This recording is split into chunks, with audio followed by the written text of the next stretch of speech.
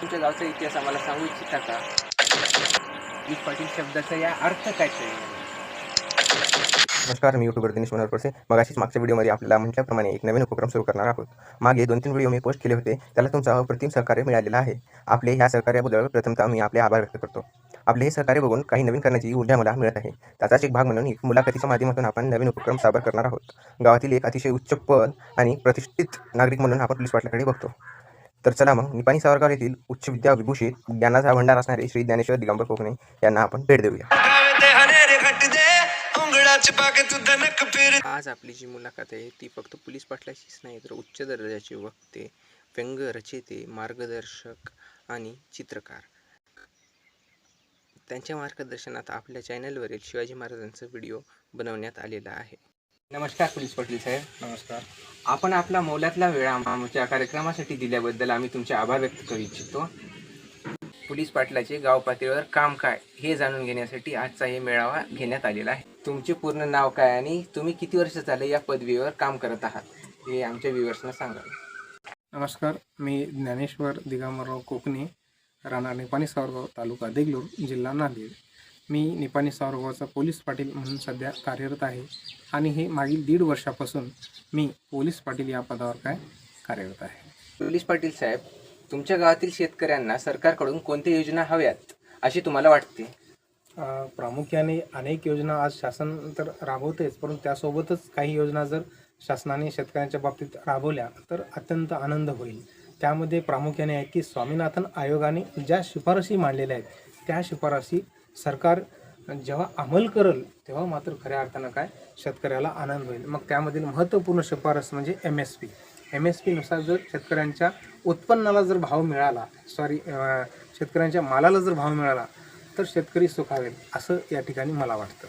साहेब, तुम्ही तुमचे कार्य आणि तुमची जबाबदारीविषयी काय सांगू इच्छिता आम्हाला?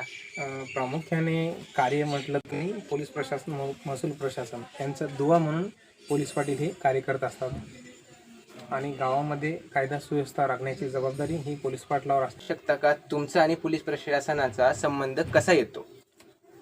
गावामध्ये काम करत असताना पोलीस पाटील असं आम्हाला पदाचं नाव देण्यात आलेलं आहे.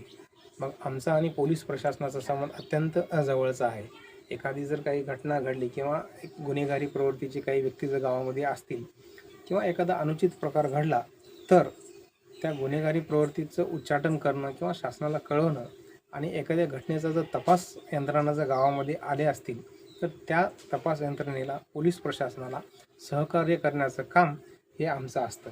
अतिशय पोलीस प्रशासन आणि आमचा अतिशय जवळचा संबंध आहे. कायदा व सुव्यवस्था राखण्याचा काम पोलीस प्रशासनाचा प्रतिनिधी या नात्यानं आम्हाला गावामध्ये करावं लागतं. तुमचं गाव निपाणी सावरगाव, तुमच्या गावामध्ये कोणता तरी इतिहास लपलेला आहे असं आम्हाला वाटते.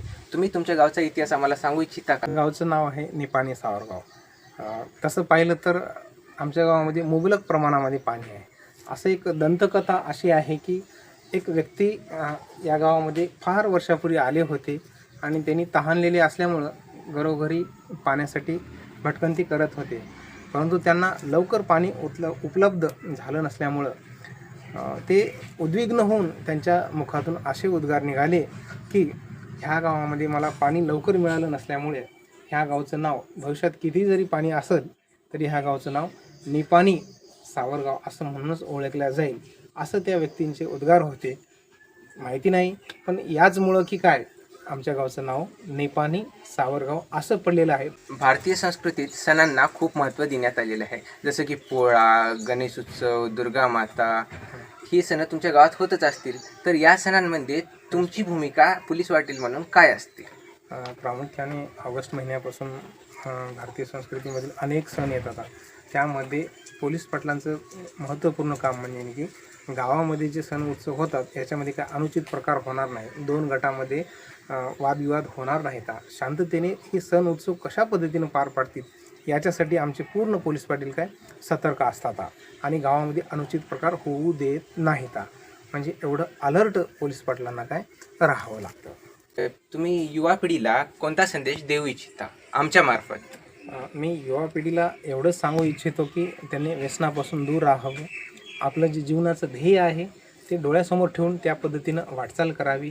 संस्कृतीची जपणूक करावी, आईवडिलांची सेवा करावी, आईवडिलांच्या इच्छा आकांक्षा पूर्ण करण्यासाठी आपल्या जीवाचं रान करावं, जीवाची बाजी लावावी आणि मोबाईल आणि व्यसनाच्या नादामध्ये आपलं अमूल्य असं जीवन बर्बाद करू नये, एवढा संदेश मी या ठिकाणी विद्यार्थ्यांना देतो. धन्यवाद पोलीस पाटील साहेब, तुम्ही आपला अमूल्य वेळ आम्हाला दिलेले आहात, तरी तुमचे आम्ही आभार मानू इच्छितो. धन्यवाद. घंटियों में गूंजे तेरी यादों का गीत, घाटी में बस तेरी टूटी सी प्रीत, मन के सिरे पे चलती है बोटिस, नैनों में तू ना कोई और भी, तमतम की साजिश सितारी सी बात, हर लय में बस तू ही है साथ, हर लय में बस तू ही है